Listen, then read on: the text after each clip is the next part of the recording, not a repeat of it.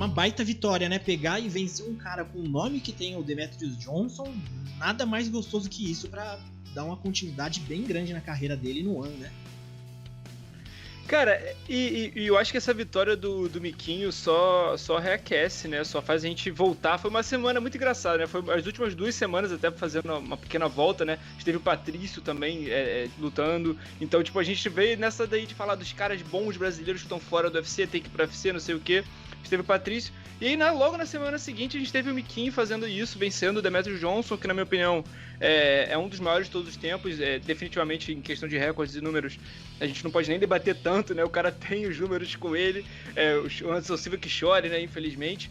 Mas foi uma vitória muito feliz, num momento muito feliz pro Miquinho, cara, porque eu acho que é uma vitória que não perdeu em nada de valor do Demetrius, que a gente conheceu no UFC, né? Por exemplo. Eu acho que dos lutadores que saíram do UFC e foram pro One, por exemplo, o Demetrius foi o único que não perdeu em estreia. Então, é um cara que ainda tava conseguindo ser competitivo, ainda é competitivo pra caramba. Na minha opinião, não tá passando o carro, porque ele tá enfrentando muito atleta grande no One, por causa da questão de peso, que lá a categoria é uma acima mesmo, o nome mantendo. Mas enfim, cara, o Adriano só botou mais um verdinho no Sherdog e comprovou que ele tá fazendo hora extra fora do UFC. Ele já é um dos maiores nomes do One. O One Championship dá bola pra ele há muitos anos, mas ao mesmo tempo já botou ele na geladeira. O One Championship gosta de fazer isso às vezes, quando o brasileiro bate nos caras que não tem que bater. Então espero que agora o Adriano Moraes tenha pulado a barreira dos caras que não deveriam vencer grandes lutas para ser o cara que o One torça para que vença, né? Porque já tá com essa cinta há muitos anos, até deram um cinturão provisório de GP, eu acho que foi pro Demetrius, sinceramente nem entendi direito como é que ficou isso, mas um dos maiores nomes do Brasil no MMA dos anos 2010 pra cá, com certeza, e tipo, tá junto de Marlon Moraes, tá junto de Adriano, junto de Bibiano, como os caras que fizeram o nome do Brasil fora do UFC, assim, em grandes organizações, na minha opinião. Muito bacana, com certeza. E, Fertitta, o que você acha que falta aí, ou não falta, ou tem que se manter no ano, pro Miquinho, né? Ir para um UFC, por exemplo, da vida. Você acha que tem essa ponte? Você que é um cara que já foi dono do negócio todo, sabe como funciona, então você deve ter alguma você acha que tem alguma coisa que pode acontecer ainda nessa situação do Adriano Moraes ir pro UFC? Acho difícil, Davi. Nessa fase da carreira do Adriano, acho que agora ele será cada vez mais valorizado pelo evento de Singapura, né, pelo One, e ele tem muito para fazer ainda, 31 anos de idade, já bateu todos os nomes que hoje em dia são vistos como prováveis desafiantes dele, né? Bateu agora o Demetrius, mas os próximos da lista são o Danny Kingad, Kairat Akhmedov e o GG Eustáquio, por uma quadrilogia entre eles, né?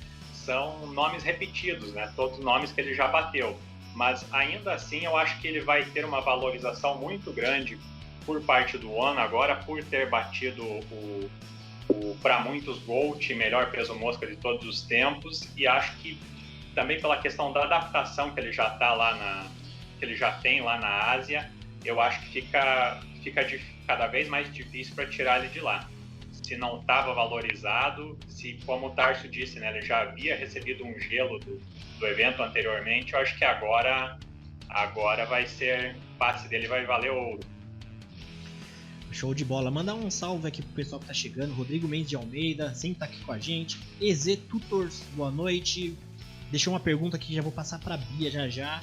E Andressa Santos. Oi, pessoal, boa noite. Boa noite, Andressa, esteja com a gente. Tem até o Ankalaev Magomed ali, ó. Mandou aqui o Gassimo, só vence o Whittaker no soco com wrestling. Nem adianta tentar. O Robert é um lutador mais anti-grappler. Boa. E pra cima o Anderson dos Santos e o João Marques. Certo, pessoal? Bia, vou trazer essa pergunta aqui pra você, do EZ Tutors. Adriano, né, o Miquinho, Adriano Moraes versus Cerrudo. O que você acha? Então, hein? O que eu acho? Primeiro, vamos falar do que o Adriano mostrou aí, né? O Adriano já é uma estrela do evento, apesar de não valorizada, como falado pelos meus colegas aí. A grande questão é que o Adriano nocauteou o Demetrius Johnson. Isso nunca aconteceu antes, entendeu? E a gente não tá falando de um cara que é uma estrela em decadência. Demetrius Johnson tem 34 anos, entendeu? Então, assim, o Demetrius tem muito ainda, sabe? E aí eu venho para uma questão que talvez vão pedir um impeachment da minha cadeira aqui no chat, que é, eu acho que a gente tinha que tirar da cabeça essa questão de que só no UFC se provam grandes estrelas, ou só no UFC temos grandes disputas. Porque se eu sou fã de um esporte e quero que ele cresça, quero que ele evolua, eu quero cada vez mais eventos com mais qualidade, eu tenho que torcer para muitos Miquinhos e Pitbulls e AJs McKees e muitas caras fora do circuito do UFC. É claro que essa discussão sempre vai existir, sempre vai ter alguém para falar, só se provam melhor se for pro UFC, mas eu sou total a pessoa que defende que tem que ter essas estrelas em todos os eventos, né? Sobre Adriano e Cerrudo, cara, que difícil, né? Porque o Adriano é grande, é um cara, como vocês falaram, a categoria do One, elas são praticamente 2 categorias de peso dentro de uma só, né? Então ele é um cara grande, mas o Cerrudo também é um cara que tem uma trocação boa ali, tem um wrestling bom, é o Triple C, né? Como ele mesmo se diz, se denomina ali. Então é uma luta muito interessante. E por que você não vai lá pro One, Cerrudo? Vamos pra lá, já que o Dana Branco não te dá uma moral? Ia ser interessante ver você no One, desafiando 2 categorias de uma vez, com 4 pesos diferentes quase, porque são 2 categorias por classe. Show de bola. O que eu achei, eu fiquei meio impressionado no momento, se bem que a luta foi rápida, não teve tanto, mas teve um momento que eles meio que se embolaram ali, e o Miquinho pegou o DJ e meio que jogou, assim, eu achei uma facilidade, pensando nessa questão do tamanho, né?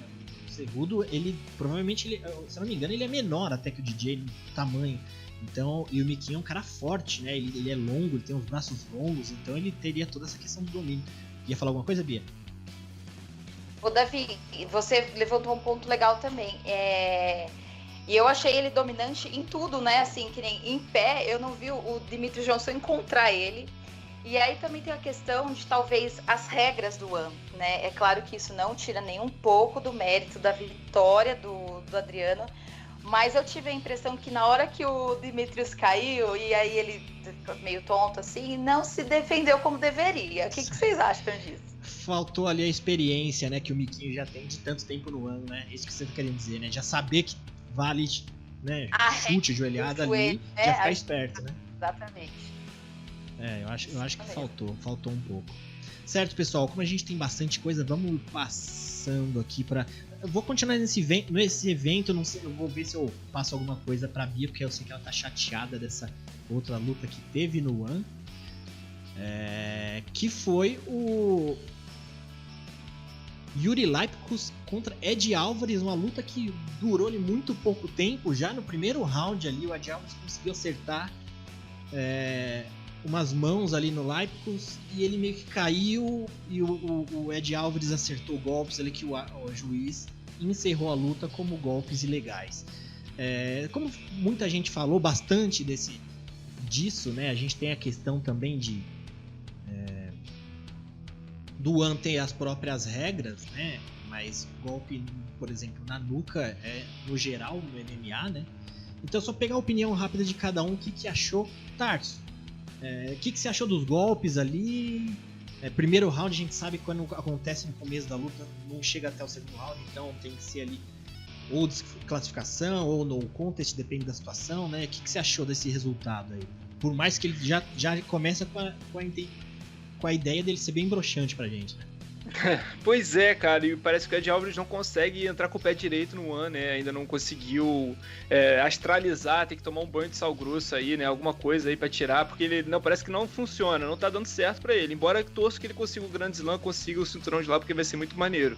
Mas, falando em si dos golpes, observando a situação, o Ed desfere alguns golpes realmente que acertam bem cheio na nuca. Não são todos de dentro da sequência e do fluxo. Eu acho que, para fazer uma meia-culpa aqui, e o advogado do diabo do Ed, eu acho que se o árbitro tivesse sido um pouco mais incisivo e tivesse entrado um pouco antes, logo no primeiro acerto claro na nuca, se ele tivesse entrado ali e já tivesse deduzido um ponto, alguma coisa ali, não teria sido um fluxo grande de golpes, uma saraivada que aí o cara toma uma porrada de golpe e acaba entrando em movimento de nocaute, de nocaute técnico, e se foi através de golpes ilegais não vale a desqualificação.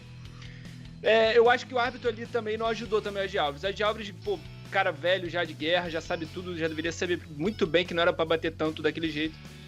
Deu um pouco de azar, mas garoteou. Não podemos dizer que ele não garoteou.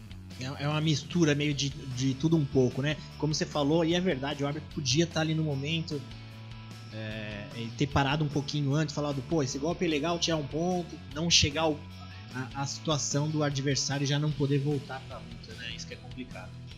O Fertitta, muita gente falou também, né? Eu vejo muita gente em fórum, grupo, né? Grupo de Facebook. O pessoal quando vê alguma coisa fala, mas o cara lá dá o Oscar pra ele, tá fingindo, não deveria ter voltado. Como que você vê isso, Fertitta? Tem essa situação, às vezes até pensando nessa situação do Tarso, né? Já podia ter evitado, porque você me deixa uma situação assim clara pro cara que, cara, se levou 1 ou 2 golpes, já é mais difícil, se for o caso, não tô falando, do cara tá fingindo alguma coisa, a situação tá tentando ser remediada ali no momento, né? Mas como que você vê essa questão aí, Fertitta? De muita gente usa esses argumentos aí falando, o outro fingiu, a gente tem o exemplo do Sterling aí também, né? Aquela luta pitriana, fala que o Sterling tava fingindo. Como que você vê essa situação, Fertitta? Foi a comparação que a gente mais viu nos fóruns aí, né, Davi? Comparando, colocando no mesmo balaio Sterling, o Yuri Lapkus e o Neymar, né? Como se fossem os caicais e os merecedores de Oscar de melhor atuação do esporte, né, agora. Mas não dá pra gente ficar contra a vítima nesse caso, né? E como vocês bem falaram aí, o Álvares teve a questão do azar ali também, mas garoteou, né? Ele deu chance pro vacilo, né? A gente não pode questionar se o Láptico sentiu ou não aqueles golpes. O fato é que muitos deles foram ilegais, né? E não vem ao caso a intensidade de dor que ele sentiu ali e se ele podia ter continuado ou não, né?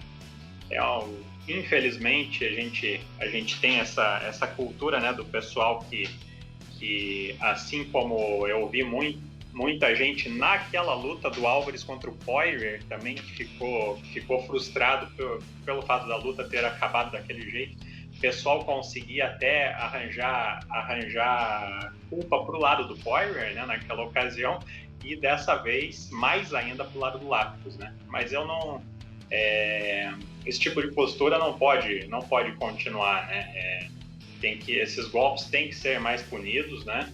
Na hora vem a frustração por ver uma luta como essa acabar de maneira rápida, assim, e a divisão não ter um adversário claro, né? Porque agora teremos a luta entre o Christian Lee contra o primeiro algoz do Ed Álvares, que era o Timofey Nastyukhin, e depois que o Christian Lee ou defender o cinturão ou o Nastyukhin conseguir tirar dele, não teremos um adversário claro pela categoria, né?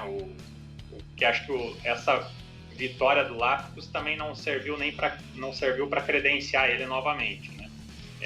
Mas o fato é que lamentável, mas é mais lamentável ainda o fato das pessoas questionarem a intensidade de dor que o atleta pode sentir naquele momento. Boa, Fertitta.